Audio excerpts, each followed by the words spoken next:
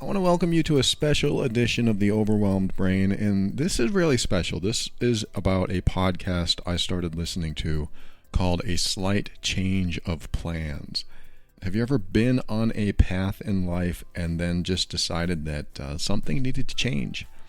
This podcast interested me because it's hosted by a cognitive scientist who studies how our minds work and how we change.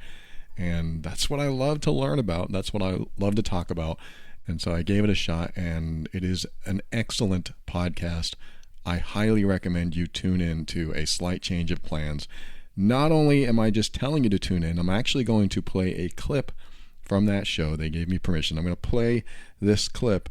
It's about a person who was overweight and really didn't think about it too much until people started treating her differently because of the way she looked. And the episode is really all about body image and how we look at ourselves and how we feel about ourselves, and how she went on this journey of losing a bunch of weight and learning that she lost part of herself along the way. You know, this is something I really don't talk about too much on my show, about body image and things like that. I've had episodes on that. In fact, I talked about my own self-consciousness about my body when I was younger, and even today. There are sometimes parts of us that we have trouble accepting, and when you go through life not accepting a part of you, it becomes part of your story. It becomes part of who you are. It becomes part of your limitations.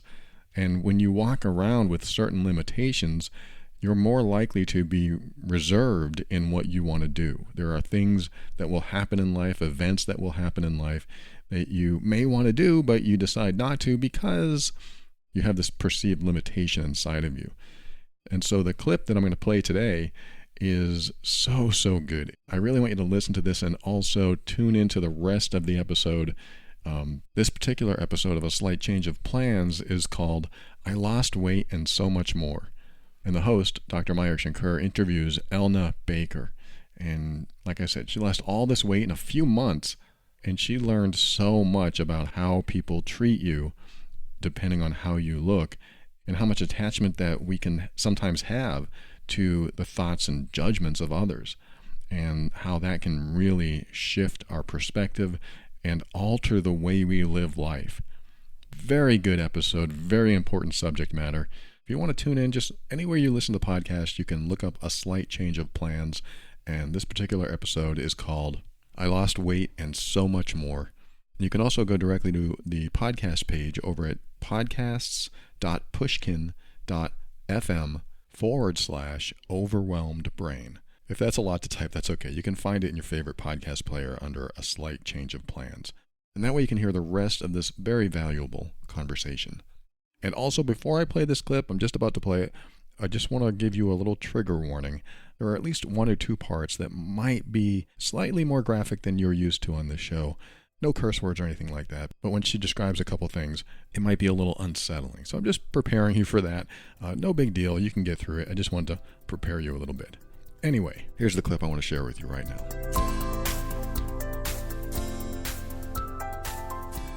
Ballet. It was ballet. I remember the mirrors and the little girls, and my stomach was like sort of protruding, and no one else's stomachs were protruding. And I became very self-conscious of it, and I hated going to ballet, but I never really explained why. And then as I started to grow, I would play this game as a little girl where I would squeeze the fat on my stomach into a little ball, and I'd be like, oh, it's like a tangerine. And then I would, as I got bigger, I would be like, it's like a grapefruit. And then I was like, it's like a melon. And then after that, I was like, I hate this game. I'm never playing this game again. From the time she was a little girl, Elna Baker hated her body. She thought if she could just become thin, everything in her life would be different, would be better. So she went on a mission to lose a ton of weight. And she did it. She lost close to 100 pounds in 5.5 months. And for a moment, it seemed to Elna like she was getting everything she wanted, until she started to realize she was losing herself in the process. I'm Maya Shankar, and this is A Slight Change of Plans, a show that dives deep into the world of change and hopefully gets us to think differently about change in our own lives. I can change, I can still change, I can still change.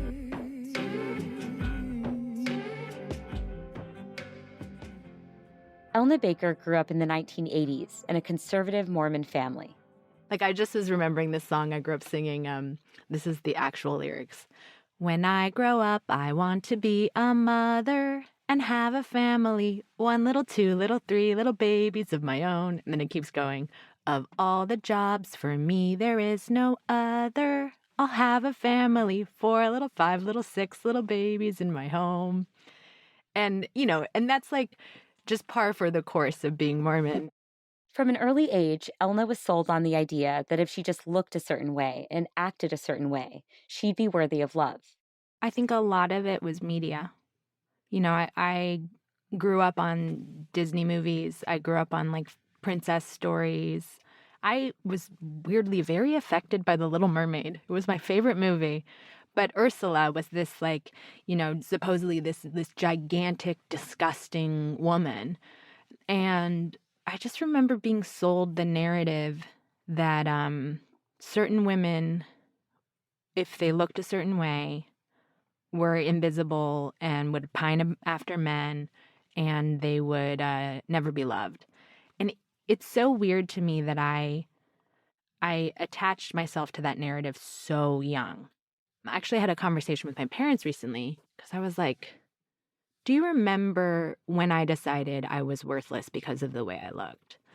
And, as I spoke to my dad about it, it was as young as 8 years old that I was like, oh, I'm just one of the girls who will never be beautiful and will never be loved. Do you remember anyone ever saying anything to you about your body? Oh, yeah. Yeah. I mean, everyone said things to me about my body. It seemed like my body was like public domain, So I have, one of the memories that was, I think I was in 5th grade, and the yearbook for our school cost like $70. So my parents didn't want to buy me and my sister both yearbooks. So we shared a yearbook. So she had the front half, I had the back half. And I would love to look through her section because she was popular. She had friends. I would like read all of the people who signed her section. And then I noticed that the 2 most popular boys in my grade had signed her section of the yearbook. And I thought for a second that they had just signed on the wrong side. But then it was addressed to my sister, and they didn't even know my sister. But one had written, "How come you're so beautiful and your sister is so ugly?" And the other had written, "I wish your sister looked like you." And I was devastated. I was crying. I had felt that I was worthless because of the way I looked. I had suspected it based on the way people would look at me or look at my body, but I think that was like actual written confirmation. Looking back at it, sorry, I'm getting emotional remembering all this, but my mother saw that I was worried about my weight, and so she became heavily involved. And to her credit, I think she was just trying to help me, but that, of course, made it so much worse because, if I went to have seconds at dinner, she would nod her head, and, she didn't do it with my brothers and sisters. She started taking me to specialists and doctors where they would, make me get naked and measure me and weigh me. And, they were worried I had a thyroid issue. And I look back to that time where there was all of this effort to try to understand what was wrong with Elna. And I look at pictures and I was actually totally normal sized. Like it's unfortunate. It's like all the effort to prevent this thing from happening ended up being the catalyst for that thing happening because something happened to my mind. By the time I was 16 and, at my heaviest, I was 260 pounds. I was definitely in a place where I thought I didn't deserve to live. Like I was considering ending my life because of the way I looked. That's how much I hated my body, how much I hated myself because I didn't feel like if I looked this way that I deserved any love or deserved to live. Elna continued to feel this way about herself for years. One day, when she was 22, it all came into full focus. She and her family took a trip to an amusement park where there was a fun house with a hallway of mirrors. And so as a family, we're walking down this hallway of mirrors. And I turned the corner, and the mirror in front of me, I saw this woman in it. And it was me, thin, but proportionately thin. It wasn't one of those like where they stretch you out really, really long. It was just like what I would look like if I was a different person, if I was a thin woman. And I mean, I could not be torn away from that mirror. I mean, I just stood in front of the mirror and I was like, what does thin Elna look like when she runs in place? What does thin Elna look like when she flips her hair? And I was just like flirting with myself. I mean, I was just like playing with this woman. I looked like a member of my family. Like I looked like my sisters. And I had no concept that I could look that way. And I also felt like this person I had felt like I was deep down inside was visually presenting itself to me in the mirror. This narrative that every fat woman has a thin woman inside of her. I felt like if I was her to the world, they would let me be the person who I wanted to be. What were those things that you wanted to be that you felt the world wasn't allowing you to be? It was free. I wanted to be free and I wanted to be loved. So you're looking at Funhouse Mirror Elna, and she seems free and lighthearted, and she's reaching her dreams. Like that's what you saw. Exactly. Yeah. I saw someone who every door would open for. Wow. And I thought, what if I became her? Like, would my life be easier? Would it actually be different? Would I get the things I wanted if I did the thing I've been told my whole life to do, which is just lose weight? And so that was when I became absolutely determined that I was going to take this on and I was going to become her. What made that moment different? Like what led you to actually then go and lose all this weight? I think it was just absolute determination. It was like I could not get this. I would close my eyes and I would see that woman, and I could not get her out of my head. And I thought, this is going to be the time that I do it. You lost a lot of weight in a very short amount of time. Yeah. What did you have to put yourself through to get to that point? The program was, you ate a very minimal amount of food. You exercised, at least half an hour a day. You drank 8 glasses of water. And then you also, you took phentermine and a couple other supplements. And the phentermine, it's basically similar to speed. It's an amphetamine, and it curbs your appetite. I was Mormon. I'd never even had a cup of coffee. So I didn't know that you could take something and it would make you act differently.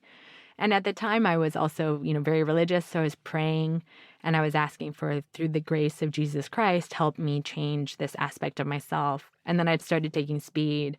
And so I have journals from that time period that are hilarious because the journals, I just think it's like the love of Christ is helping me. So I'm like, I feel like I'm totally possessed by the Spirit of God. Like I've never so motivated been, and driven. Yeah, I'm constantly cleaning. I've never been this clean, I'm just like, but in reality, I was just like totally on speed. And when I lost all of that weight, especially because I lost it quite fast, my skin was so loose. I mean, it was just like I could take it and pull it like 6 to 8 inches off of my body. I mean, I looked kind of like a melting candle. I just had so much extra skin.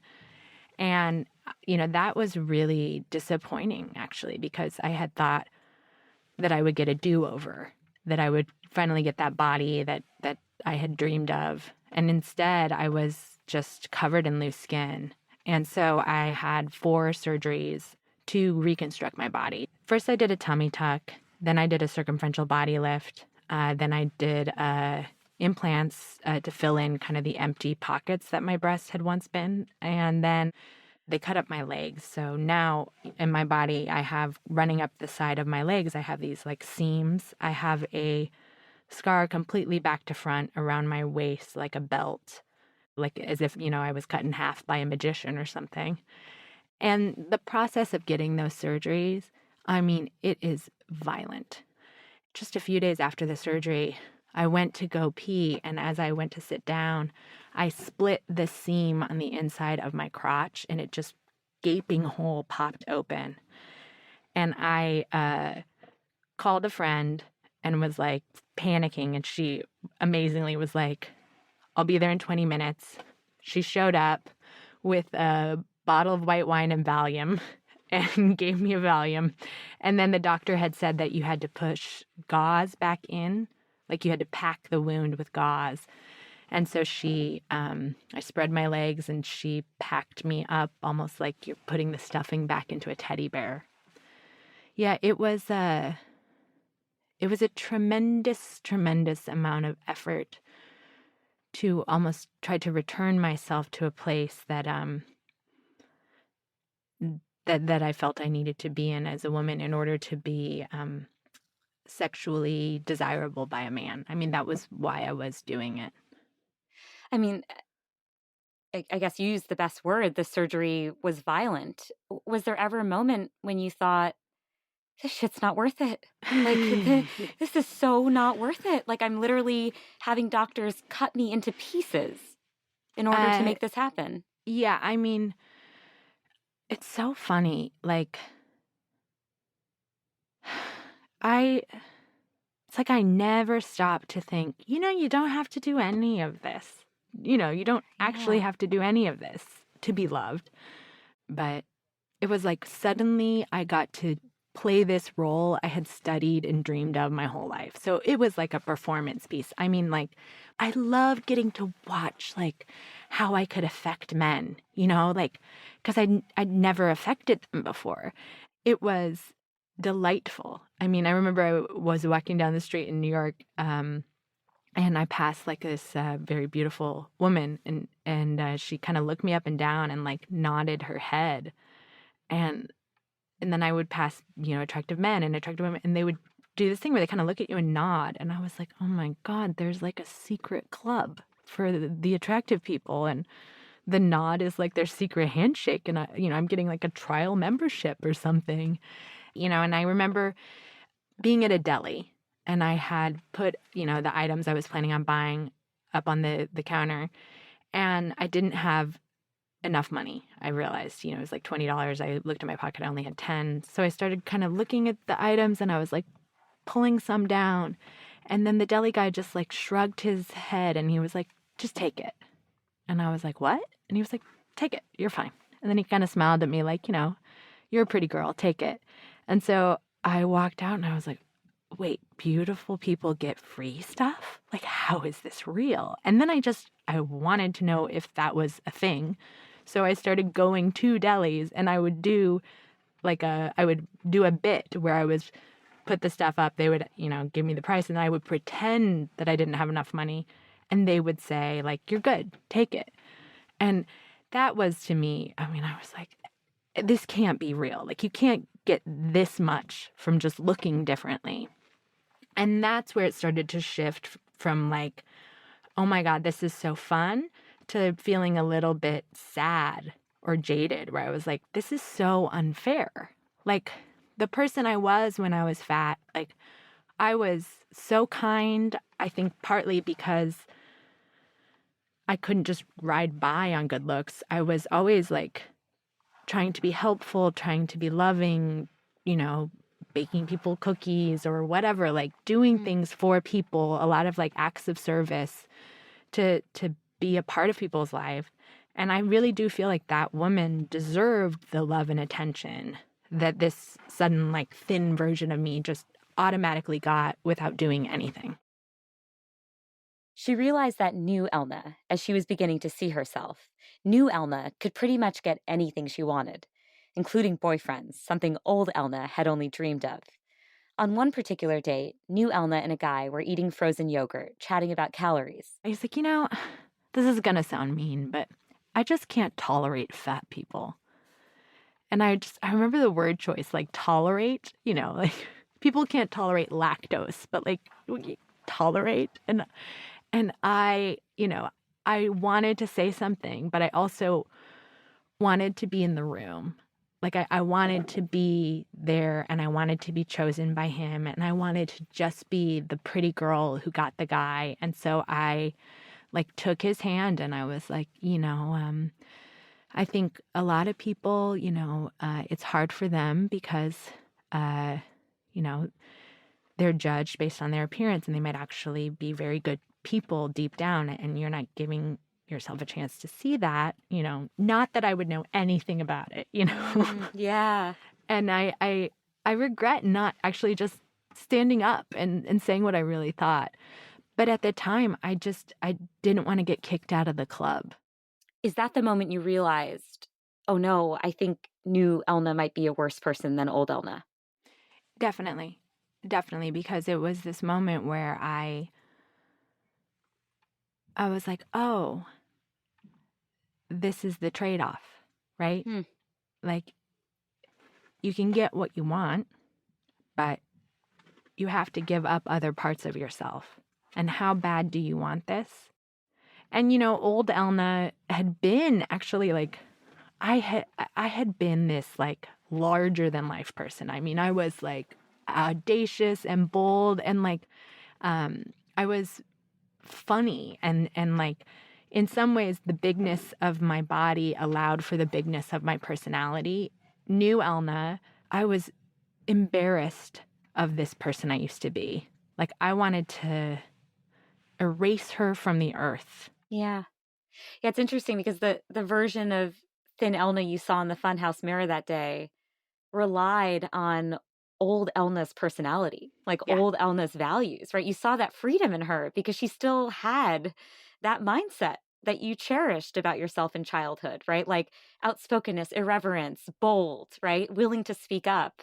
And I guess, you just didn't expect you might lose that along the way or that there would be trade-offs involved. Totally. Yeah, that when you change, you make these compromises along the way that you end up losing the core thing that you were changing for.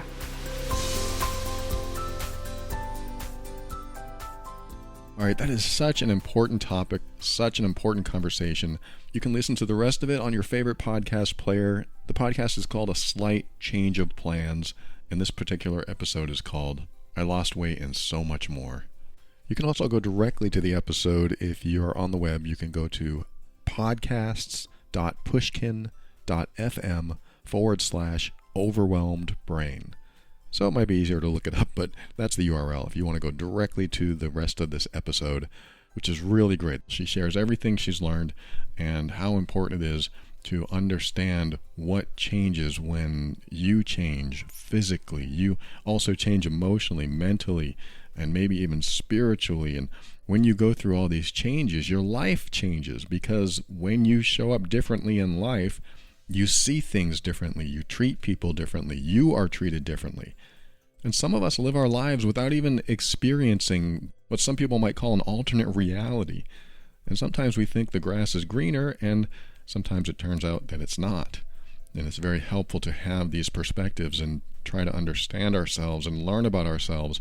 And to hear stories like this can really give us a perspective without actually going through some of the motions that other people have gone through, Don't reinvent the wheel if you don't have to, and learn these lessons through others when you can. And like I said, I just started listening to A Slight Change of Plans, and there's one about, who is it? It's a black musician that takes on the KKK. I've got to hear this one. There's a black jazz musician that meets a Klansman at a bar, and his life takes a sudden turn. And that to me sounds so engaging and such an important conversation. I cannot wait to hear that. You're going to find the episode that you heard today. You're going to find episodes like that and so many more, like someone who left a religious cult and a researcher who builds cancer detection tools who spent his entire life trying to avoid getting cancer, who's now facing it. Or even Tommy Caldwell's near-death experience that unlocks a new state of mind that changes his life. That's what this is all about, a slight change of plans. I'm digging it. I wanted to share it with you too. I think it's going to be a wonderful tool in your self-improvement journey. Thanks for joining me today. It was great to talk with you. Talk to you again soon.